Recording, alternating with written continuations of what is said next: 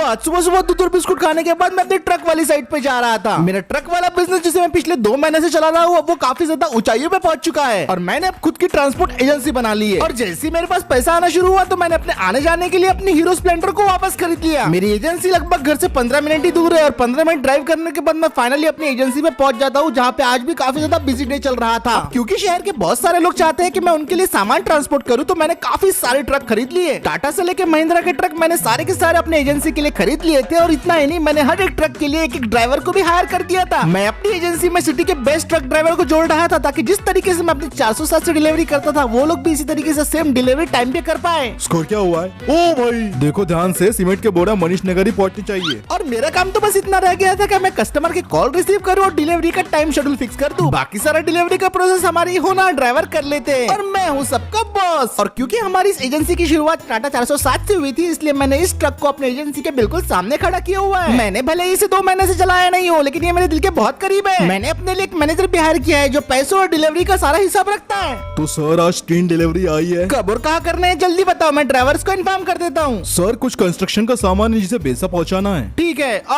और बाकी पेपर्स के रोल पिकअप करके पेपर मिल में पहुंचाने का है और ये काम 1 बजे तक हो जाना चाहिए, ऐसा बोल रहे कस्टमर। ये बात सुनते मैं बोलता हूँ कि अभी 9:30 बज रहे हैं, तो अपने पास बहुत टाइम है, फटाफट 3 ड्राइवर का इंतजाम करो। वीडियो में आगे बढ़ने से पहले मैं आपको बताना चाहूंगा कि आप आईपीएल देखो ही नहीं, बल्कि अपने ओपिनियन देके काफी सारे प्राइजेस भी जीतो, वो भी सिर्फ lotus365.in पे। यहाँ बहुत सारे क्वेश्चंस रहेंगे, जैसे who will win the match और who will win the toss जैसे 50+ तरह की क्वेश्चंस में अपना ओपिनियन बता के आप काफी सारे प्राइजेस जीत सकते हो। lotus365 पे जाकर रजिस्टर कीजिए और पाइए ₹365 का बोनस। यहाँ आपको मिलता है 1-to-1 24 आवर कस्टमर सपोर्ट और साथ ही साथ यहाँ खेलते हैं 10 मिलियन प्लस से ज्यादा यूजर्स। नहीं, यहाँ क्रिकेट के अलावा है 200+ क्वेश्चन, जहाँ आप अपना ओपिनियन दे सकते हैं और जीत सकते हैं अच्छे प्राइजेस। नवाजुद्दीन सिद्दीकी, उर्वशी रौतेला, सुनील शेट्टी, काजल अग्रवाल, नेहा शर्मा ऐसे बड़े बड़े सेलिब्रिटी इनके ब्रांड एम्बेसडर है।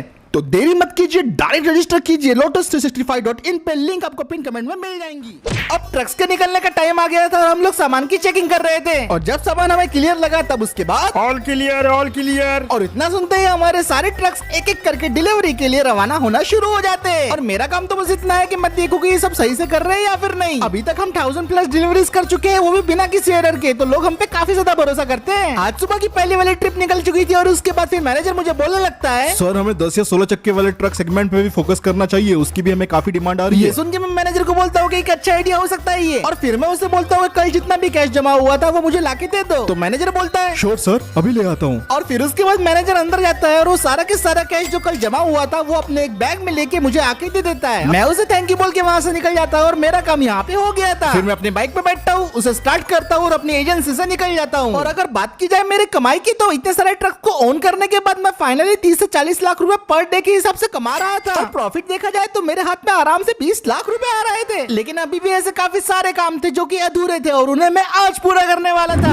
और फिर मैं पहुंच जाता हूँ सीधा शहर के सबसे बड़े प्रॉपर्टी डीलर के पास। अब मैंने जो अपना घर गिरवी रखा था वो तो मैंने वापस ले लिया था, पर लेकिन मुझे अब नया और बड़ा घर खरीदना था अपने लिए, जो कि ये डीलर मुझे आराम से दिलवा सकता था। वहाँ पहुंचते ही मैं सीधा इसके ऑफिस के अंदर जाता हूँ और फिर वो मुझे बोलने लगता है, अरे सर गुड मॉर्निंग, बताइए हम आपकी क्या सेवा कर सकते हैं। मैं उसे बोलता हूँ कि मुझे एक बढ़िया सा घर दिखाओ जिसके अंदर स्विमिंग पूल हो, बालकनी व्यू अच्छा आना चाहिए, बहुत सारी रोशनी हो और सबसे बड़ी बात उसके अंदर लग्जरी फीलिंग आनी चाहिए। ये सारी बातें सुनने के बाद वो प्रॉपर्टी डीलर बोलने लगता है, ओके सर बिल्कुल मिल जाएंगे, ऐसे 3-4 घर मेरी नजर में हैं और अगर आप चाहते हैं तो मैं सारे के सारे घर अभी आपको दिखा सकता हूँ। ये बात सुनने के बाद मैं उसे बोलता हूँ कि क्या हम घर मेरी बाइक पे देखने के लिए चल सकते हैं। तो वो इस बात के लिए मान जाता है और फिर हम दोनों मिलकर अपनी बाइक पे बैठते हैं, बाइक को स्टार्ट करते हैं और निकल पड़ते हैं घर देखने के लिए। वो प्रॉपर्टी डीलर मुझे सबसे पहले नंगा पुतला चौक चलने को बोलता है और वहीं पे सबसे पहला घर हम देखने वाले थे। 10 मिनट तक ड्राइव करने के बाद फाइनली हम उस घर में पहुंच जाते हैं और फिर वो डीलर बोलने लगता है, देखिए सर ये रहा वो पहला घर जिसके बारे में मैं बात कर रहा था। ये घर मुझे पसंद तो आया था, लेकिन इसके आजू बाजू ट्रैफिक का काफी शोर शराबा था, तो इस घर के लिए मेरी तरफ से ना थी और हम दूसरा घर देखने के लिए फिर निकल पड़े। फिर और 10 मिनट ड्राइव करने के बाद हमने प्रताप नगर के घर को देखा, लेकिन वो मुझे थोड़ा छोटा फील हुआ, इसलिए मैंने इस घर को भी रिजेक्ट कर दिया और हम अगला घर ढूंढने निकल पड़े। अब हम थोड़ा वेस्ट साइड की तरफ आ गए थे और यहाँ पे मुझे एक घर पसंद आया जो कि बहुत ही ज्यादा बड़ा था और दिखने में काफी शानदार, लेकिन इस घर के अंदर स्विमिंग पूल नहीं था, जिसकी वजह से इस घर को भी मुझे रिजेक्ट करना पड़ता है। है। पर फाइनली 2 घंटे और 6 घरों को देखने के बाद मुझे वो घर मिल जाता है जिस घर की तलाश में मैं था। इस घर को देख के मुझे कुछ याद आने लगा और मुझे लगा अब यही घर मुझे लेना चाहिए। फिर उसके बाद प्रॉपर्टी डीलर बोलता है कि सर आइए अंदर, मैं आपको इसका टूर करा देता हूँ। और फिर वो घर के अंदर चले जाता है। मैं भी उसके पीछे पीछे चल जाता हूँ और घर के अंदर आ जाता हूँ। और इस घर को अंदर से देखने के बाद मेरे होश ही उड़ गए थे। इस घर के अंदर हर वो सुख सुविधा थी जो मुझे चाहिए थी। Balcony view, swimming pool, luxury, सब कुछ इसके अंदर था। और ये सारी चीजें देखने के बाद मैंने सोच लिया था कि इस घर के तो मैं खरीद के रहूंगा। मैं प्रॉपर्टी डीलर से इसकी कीमत पूछता हूँ तो वो बोलने लगता है, ओहो सर, लगता है ये आपको पसंद आ गया है। तो इसकी कीमत में अगर बताऊं तो आपको ये मिल जाएगा पूरे 3 करोड़ रुपए में। वैसे तो इस प्रॉपर्टी डीलर ने काफी बड़ा मुंह फाड़ा था, लेकिन ये घर उस काबिल था तो मैं इस बात के लिए मान जाता हूँ। और फिर वो प्रॉपर्टी डीलर बोलने लगता है, oh sir, very good very good. तो एक काम कीजिए, आप फ्राइडे को ऑफिस आ जाइए और हम सारा पेपर वर्क कर लेते हैं, फिर ये घर आपके नाम पे हो जाएगा। Congratulation sir. मैं उसे थैंक यू बोलता हूँ और हम दोनों वहाँ से निकल जाते हैं। घर तो मेरे पास वापस आ गया था, लेकिन अभी भी मुझे अधूरा अधूरा ही लग रहा था और उस अधूरापन को एक ही जगह जाके पूरा किया जा सकता था। तो फिर मैं ड्राइव करता हूँ और सीधा पहुंच जाता हूँ अपनी ओल्ड वर्कशॉप में, जहाँ पे मैं अपने रेस्टोरेशन का बिजनेस किया करता था। पर यहाँ पे पहुंचने के बाद मुझे यहाँ पे मेरा चिरकुट दोस्त दिखाई देता है जो वहाँ पे वर्कशॉप में ऑलरेडी प्रेजेंट था। मैं उसके पास जाके उससे पूछता हूँ कि भाई तू यहाँ पे क्या कर रहा है। ये सुन के वो मुझे बोलने लगता है, तुझे क्या लगता है तू ही दूसरों के धंधे में घुस सकता है क्या? ये देख, हम भी रेस्टोरेशन का बिजनेस शुरू कर दिए।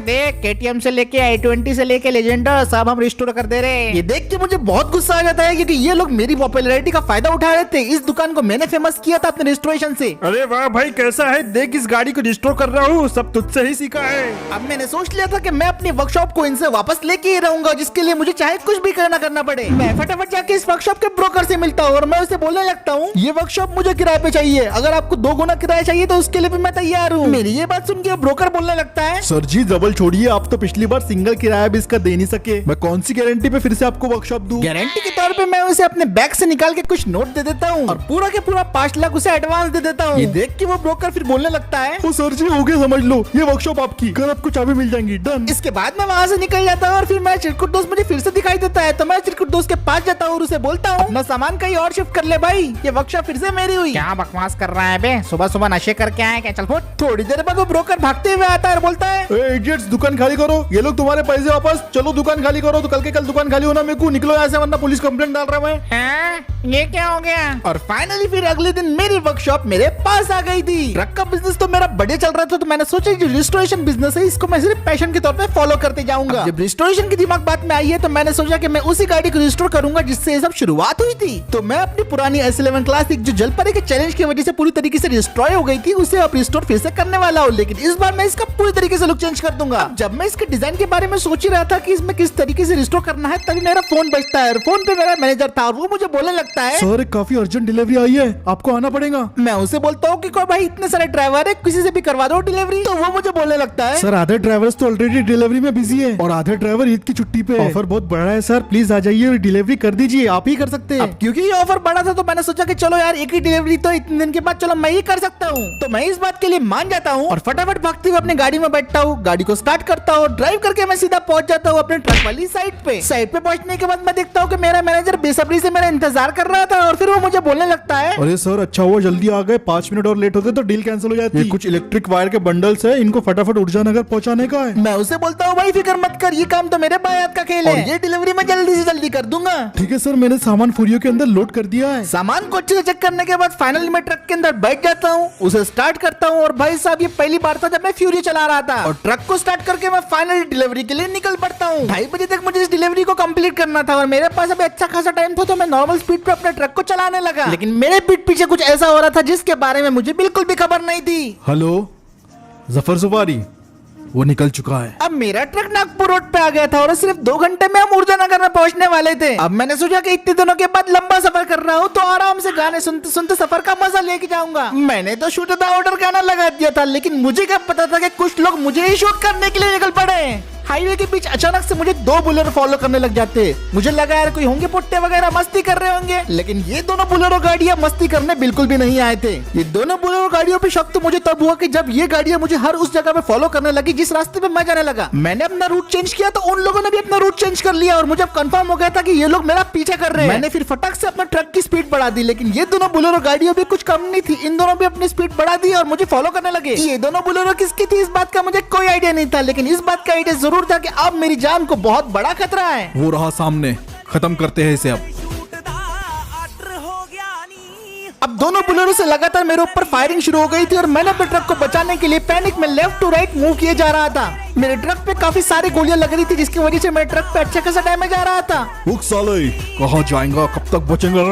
पहले तो उन्होंने मेरे ट्रक के ऊपर खूब सारी फायरिंग की, लेकिन जब उन्हें लगा कि फायरिंग से उतना कुछ फर्क नहीं पड़ रहा है तो वो मेरे ट्रक को अपनी गाड़ियों से ठोक मारने लगे। लगातार मेरे ट्रक को एक एक करके बम किए जा रहे थे जिसकी वजह से मेरा ट्रक काफी बार अनबैलेंस होते होते बचा। उन्हें खुद की जान की परवाह भी नहीं थी क्योंकि वो लिटरली अपनी बुलेरो को मेरे ट्रक के अंदर भिड़ा दे रहे थे और वो लोग किसी भी तरह बस मुझे मारना चाहते थे। काफी देर तक ऐसी मतभेद चलती रहती है और फिर उसके बाद उनमें से एक बंदा फिर से मेरे ट्रक के ऊपर गोलियां चलाना शुरू कर देता है और मेरे ट्रक को बहुत ज्यादा डैमेज आ रहा है। मैंने भी अब सोच लिया था कि अपने ट्रक को बचाने के लिए मुझे कुछ ना कुछ तो करना पड़ेगा। मैं अपने ट्रक को हल्का सा स्लो करता हूँ और जैसे ही वो दूसरी बुलेरो मुझे टक्कर मारने के लिए सामने आती है मैं उसे ही टक्कर मार देता हूँ। वो पूरी तरीके से इसकी वजह से घूम जाती है। इस बुलेरो को मैंने सक्सेसफुली टेक डाउन कर दिया था, पर दूसरी बुलेरो अभी भी बाकी थी। वो दूसरी बुलेरो वाला काफी बौखलाया हुआ था क्योंकि मैंने उसके साथी को भाई बहुत बुरी तरीके से पछाड़ दिया था, तो वो मेरे ट्रक को और जोर से टक्करें मारने लगा। मेरे ट्रक को उसने लगभग डिसबैलेंस कर दिया था और मेरे ट्रक भी अब जवाब देने लगा था, पर ओवर कॉन्फिडेंस के चक्कर में वो बुलेरो वाला एक ऐसी गलती कर जाता है जिसका मैं फायदा उठा लेता हूँ। मेरे ट्रक के राइट साइड में आ गया था और मुझे वहाँ से लगातार टक्कर मारे जा रहा था और इसी चीज का मैंने फिर से फायदा उठाया, अपने ट्रक को हल्का सा ब्रेक मारा और मेरे ट्रक से टकराती है उसकी बुलेरो डिसबैलेंस होकर पलट गई और मैंने दूसरी बुलेरो को भी टेक डाउन कर दिया। अब फाइनली ये लोगों से मेरा पीछे छूट गया था और मैं अपने रास्ते निकल पड़ता हूँ डिलीवरी करने के लिए।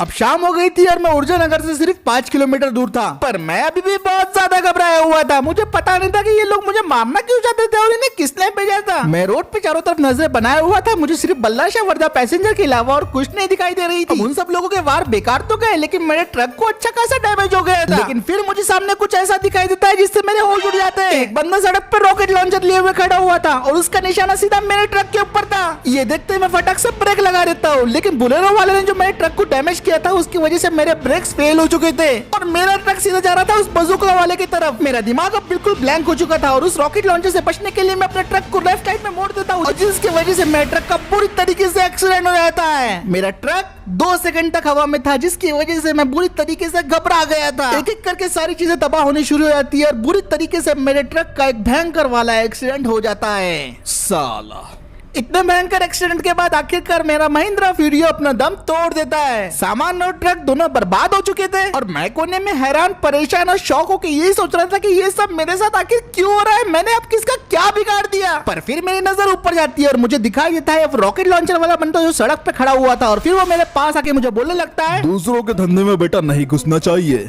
वरना जफर सुपारी को सुपारी मिल जाती है। वो मेरे ऊपर रॉकेट लॉन्चर तान देता है और वो मुझे बोलता है कि वो मुझे खत्म करने आया है। कोई आखिरी ख्वाहिश बच्चे? और मुझे समझ में नहीं आ रहा था कि अब मैं क्या करूं। एक्सीडेंट की वजह से मैं ऑलरेडी घायल था और मैं वहां से भाग भी नहीं सकता था। मैं समझ गया था कि ये मेरा आखिरी टाइम है, तो मैं बस बैठे बैठे अपनी मौत का इंतजार करने लगा। तो फिर इसी के साथ आज का वीडियो यही खत्म करते हैं। वीडियो पसंद आया तो लाइक शेयर सब्सक्राइब जरूर कर देना। इस वीडियो का पार्ट 2 बहुत जल्दी आ रहा है, जल्दी से आप 12,000 लाइक कर दो, जल्दी पार्ट 2 आ जाएगा। और अगर और जल्दी पार्ट 2 चाहते हो तो जल्दी से कमेंट में पार्ट 2 लिख दो भाई, फटाफट आ जाएगा। और मैं मिलता हूँ आपसे अगले वीडियो में।